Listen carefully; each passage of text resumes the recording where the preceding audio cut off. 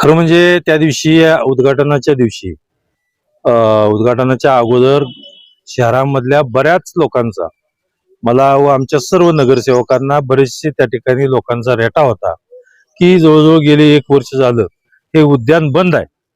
काही करून हे उद्यान उन्हाळ्याच्या काळामध्ये आज टेम्परेचर जवळजवळ 40च्या वर गेलेला आहे. त्यामुळे लवकरात लवकर हे उद्यान खुलं व्हायला पाहिजे हा उद्देश प्रामुख्याने होता. आणि ज्या वेळेला याची आम्ही बाहेरून माहिती घेतली, अधिकाऱ्यांच्याकडून माहिती घेतल्यानंतर बरीचशी कामं पूर्ण आहेत, काही छोटी मोठी सुद्धा अपूर्ण आहेत. आणि ही कामं ही चालू मध्ये सुद्धा या ठिकाणी हे जसं जसं इन्स्ट्रुमेंट असतील किंवा इथल्या सगळ्या गोष्टी वापरात येतील तशा इथल्या अडचणी कळतील आणि त्या चालूमध्ये सुद्धा आपल्याला पूर्ण करता येतील. जवळजवळ 1 वर्ष झालं हे उद्यान बंद होतं. काम मी जवळजवळ 1 वर्षाखाली बरंचसं काम या उद्यानातलं पूर्ण केलं होतं. परंतु बऱ्याच वर्षाचा 1 वर्षाचा काळ जाऊन हे बंद असल्यामुळं इथलं सामानाची थोडीशी नादुरुस्ती असेल किंवा बाकीच्या गोष्टीची पाहणी झाली नव्हती. परंतु या उद्यानाचा या ठिकाणी ओपनिंग करण्यामागचा एकमेव हेतू उन्हाळ्याचे दिवस आहेत, लोकांची मोठ्या प्रमाणात मागणी आहे. आज सुद्धा बघितलं तर संध्याकाळी इथं खूप मोठी गर्दी लोकांची जमली जाते आणि सर्व लहान मुलं असतील, वयोवृद्ध आमचे ज्येष्ठ नागरिक असतील, हे सगळे या उद्यानाचा लाभ या ठिकाणी घेतात. आणि आज या ठिकाणी त्यानंतर हे उद्घाटन झालं आणि उद्घाटनाच्या नंतर त्याच वेळेला आम्ही सांगितलं होतं की बरेचसे आमचे सहकारी होते, आमचे किरण घाडगे असतील, आमचे प्रसाद असतील, सर्व संभाजी ब्रिगेडचे आमचे सगळे सहकारी आहेत. तर सगळ्यांनी या ठिकाणी त्या दिवशी आम्हाला सांगितलं की बरीचशी कामं अपूर्ण आहेत. आणि त्या दिवशीच मी त्यांना सांगितलं होतं की मी आता 2-3 दिवस मुंबईला निघालोय आणि आल्या आल्या ज्या दिवशी येईल त्या दिवशी किंवा त्या दुसऱ्या दिवशी आपण या ठिकाणी याची व्हिजिट करू. आणि इथली जर कामं काही अर्धवट झाली असतील, काही छोटी मोठी राहिली असतील किंवा मोठं जरी कुठलं काम राहिलं असेल तर 100% आपण त्या कॉन्ट्रॅक्टर कडून पूर्ण करून घेऊ. किंवा अधिकाऱ्यांच्याकडून काही जर चुका झाल्या असतील तर 100% अधिकाऱ्यांना सुद्धा त्या ठिकाणी ताकीद देऊ. आणि जर वेळ पडली तर प्रसंगी त्यांच्यावर कारवाई सुद्धा करण्यामध्ये यत्किंचितही आपण त्या ठिकाणी बघणार नाही. 100% हे काम चांगलं व्हायला पाहिजे, क्वालिटीचं व्हायला पाहिजे. या उद्यानाला जवळजवळ कोट्यावधी रुपयाचा खर्च हा शासनाकडून या ठिकाणी निधी आम्ही सर्वांनी मिळून आणलेला आहे. आणि या निमित्तानं कामही तशाच पद्धतीनं चोख आणि चांगल्या क्वालिटीचं झालं पाहिजे. त्यामध्ये कॉन्ट्रॅक्टर असतील किंवा प्रशासनातले अधिकारी असतील, कुणाचीही गय केली जाणार नाही.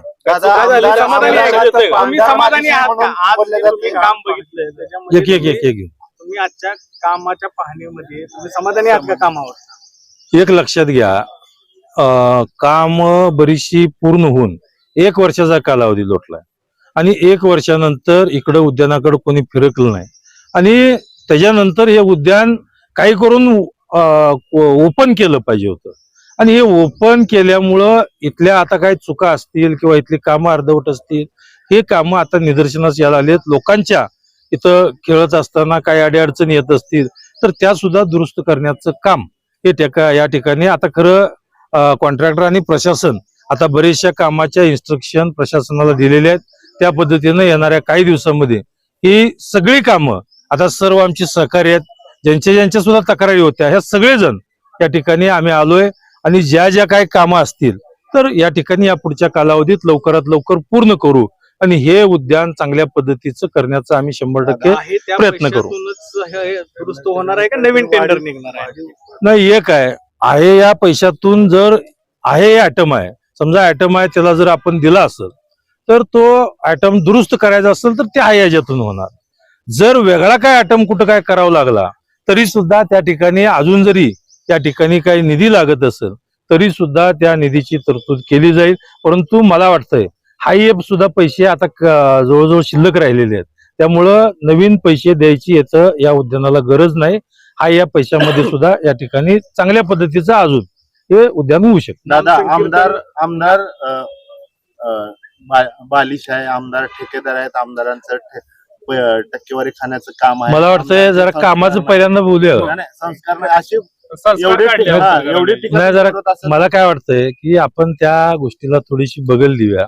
आणि खरं म्हणजे कामाच्या यातूनच उत्तर दिलं पाहिजे ह्या मताचा मी आहे. परंतु कधी मुलांवर वगैरे तुमचा आला विषय? ठीक आहे, मी त्या ठिकाणी नगराध्यक्ष ताईंना सांगू इच्छितो की अवताडे देशमुखांचं खानदान आहे, त्यामुळं आमच्या मुलांना किंवा मुलांच्या आमच्या जे येणाऱ्या सुना आहेत त्या सन्मानानं आम्ही त्या ठिकाणी ठेवू, त्याची काळजी तुम्ही करायची गरज नाही. आणि अवताडे खानदान आपण जर म्हणताय तर अवताडे खानदानाचं जर तुम्ही बघितलं त्या ठिकाणी आमच्या ह्याच्यावर जाण्यापेक्षा आपण खरं म्हणजे टक्केवारीमध्ये सावकारकीमध्येच आपलं बालसंगोपन झालं.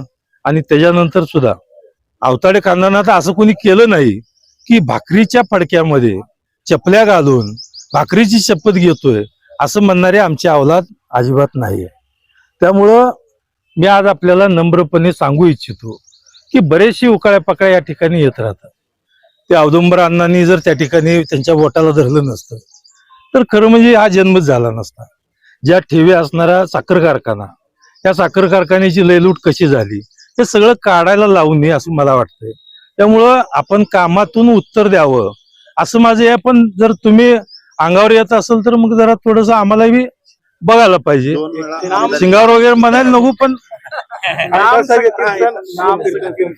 पण आपण आज पाहणी केली. जवळपास आता 9 वर्ष पूर्ण झालेले आहेत, अजून काम सुरूच आहे. 26 कोटीवरून सुरू झालेलं काम आज 52 कोटी 2020 ला मला मिळालेल्या माहितीनुसार मला वाटतं 2020 ला 17 का 20 आहे, तर त्यामध्ये परत कोरोनाचा 1-2 वर्षाचा कालावधी आणि इस्टिमेट प्रत्येक वेळेला चेंजेस होत गेलं. माननीय सुधीर भाऊंचाही रेटा त्या ठिकाणी मोठा होता आणि हे नाम संकीर्तन पंढरपूर शहरामध्ये चांगल्या पद्धतीनं व्हावं. खरं म्हणजे अतिशय सुसज्ज अशी इमारत त्या ठिकाणी होते. जवळजवळ 45 कोटी रुपये आतापर्यंत त्याला खर्च झालेले आहेत. अजून त्या ठिकाणी 20-22 कोटी रुपये त्या ठिकाणी लागणार आहेत. आणि त्याचं मला वाटतंय आपण सगळ्यांनी परत एकदा जर आपली सगळ्यांची जर तिथं जर पाहणी केली तर नक्कीच आपल्या पंढरपूरमध्ये एक चांगली सुसज्ज तिथं नामसंकीर्तन भवन हे चांगल्या पद्धतीनं त्या ठिकाणी उभारतंय. आणि या इमारतीमध्ये बरेचसे चेंजेस त्याच्या डिझाईन मध्ये असतील किंवा आर्किटेक्चरल डिझाईन या सगळ्या होत असल्यामुळं थोडेसे त्याला वेळ गेलेला आहे. परत ते कॉन्ट्रॅक्टर आला, कॉन्ट्रॅक्टर 1-2 वर्ष ते कोर्ट केस झाल्या, अशा सगळ्या ह्याच्यामुळं त्याला कालावधी जरा थोडासा वाढलाय. आणि वाढलेल्या कालावधीमुळं त्या ठिकाणी त्याचं इस्टिमेट जे 26 कोटीवरून त्याची वाटचाल चालू होती ते त्या ठिकाणी थोडंसं वाढलेलं आहे, हे बी नक्की आहे. तर काही दिवसांमध्ये आता कामही त्या ठिकाणी चालू आहे, त्याचंही पेमेंट आता थोडंसं तटलेलं आहे. नक्कीच माननीय मुख्यमंत्री महोदयांच्या कानावरती घालून त्या ठिकाणी याला सुद्धा निधीची तरतूद करून लवकरात लवकर, दिवसावर आपल्याला सांगता येणार नाही पण लवकरात लवकर त्या निमित्तानं आपण त्याचं सुद्धा उद्घाटन हे माननीय मुख्यमंत्री महोदयांच्या हस्ते त्या ठिकाणी आपण घेऊ. आषाढीपूर्वी होईल का ते काम? आषाढीपूर्वी करण्याचा प्रयत्न आहे, पण मला वाटत नाही की मी आज पाहणी करून आलो आषाढीपर्यंत होईल असं वाटत नाही. पण जरा बघू कसं स्पीड लागतंय काय त्याचं. दादा, पंढरपूर तीर्थक्षेत्र आहे, आता कॉरिडॉर होणार आहे, जागांचे दर गगनाला भिडलेले आहेत आणि दुसऱ्या बाजूला बेकायदेशीर प्लॉटिंग चालू आहे. पंढरपूर शहरामध्ये पंतनगरच्या शेजारी ग्रीन झोन असताना तिथं प्लॉटिंग केलं जातं. 3 रस्त्याला तीच अवस्था आहे. इकडे कासेगाव रोडला तीच अवस्था आहे. ओपन स्पेस विकल्या जातात, पण ग्रीन झोन मध्ये प्लॉटिंग चालू आहे, त्याची खरेदी विक्री होते. मला वाटतंय आपणच त्याच्यावर पाठीमागे कोणाचं एकदा बंधन नाही. इथल्याच प्रॉपर्टीच्या ह्याच्यामध्ये 26 जानेवारी दिवशी ती खरेदी केलेल्याचा सुद्धा एक घटना आपल्या समोर आली. ती जशी आपण सांगितली तसं मी विधान भवनात सुद्धा ती घटना त्या ठिकाणी सांगितली गेली. त्याच्यावरती बऱ्याचशा घटनाक्रम त्या निमित्तानं होऊन आता सुद्धा या ठिकाणी ओपन स्पेसच्या ह्या आपल्याला जशा जशा काही निदर्शनास येतील तरी आपण ऑफिशियल अनऑफिशियल आमच्याकडे द्या. 100% त्याच्यावरती आपण कारवाई करू. आणि प्रशासनाला त्या ठिकाणी सीओ असतील, प्रांताधिकारी असतील, त्यांना सुद्धा तशा पद्धतीनं सूचना देऊन त्या जर काय अनियमित काही घडलं असेल तर त्याला आपण 100% कारवाई करू. लेआउट नसतानाच प्लॉटिंग अनियमित काय घडलं असेल तर 100% त्याच्यावर आपण कारवाई करू. बेकायदेशीर लेआउट आहेत सगळे. लेआउट म्हणजे आपण मला जर दिले डॉक्युमेंट किंवा कागदपत्र तर त्या ठिकाणी प्रशासनाची अजून एक बैठक लाव्या आणि ते अनियमित जर कुठं आढळली, जर दुरुस्ती होत असेल तर दुरुस्ती होईल, पण अनियमितता असेल किंवा त्यानं हेतू परस्पर जर केला असेल, झोन बदलणे, मनानीच करणे, तर त्याच्यावर 100% कारवाई केली जाईल. शहरातल्या वीट भट्ट्या जे दिल्या होत्या 99 वर्ष भाडे त्या नामात्र भाडे होते, पण आता ते तिथं प्लॉट पाडून 3 लाख रुपये उंटणी एकरी आता सध्या सुरू आहे. आणि त्या ठिकाणी घर बांधलेले, मी बातमी केलेली, व्हिडिओ केले, बातमी आहे की घर बांधलेले त्याच्यावर, तर त्याच्यावरती काय अंकुशच नाही. अतिक्रमण आहेत का कशी? नाही त्यांना दिलेले लोकांना ती विकतायत. ज्यांना मला दिली तुम्ही भाड्यानं, तो मयत झाला, ते कराराच्या ह्याच्यावर. त्याचे मालक झाले. काय कुठं गोरगरिबांच्या ह्याच्यात जर कुठं हे होत असेल तर आता शासनाने सुद्धा त्या ठिकाणी 2011च्या नंतर जिथं अतिक्रमणीत आहेत त्या ठिकाणी सुद्धा अतिक्रमण नियमित करून त्या ठिकाणी त्या लोकांना त्यांच्या नावावरती उतारा करण्याचं, त्यांना घरकुल देण्याचं सुद्धा मानस हा शासनाचा आहे. आणि मी आता मगाच आपल्यालाही सांगितलं की अनियमितता जर कुठं काय हे होत असेल, ज्या ठिकाणी दुरुस्ती करता येत असेल तर दुरुस्ती करू, परंतु हेतू परस्पर शहराच्या विकासाला जर बाधा येत असेल तर त्या ठिकाणी आपण 100% कारवाई करू.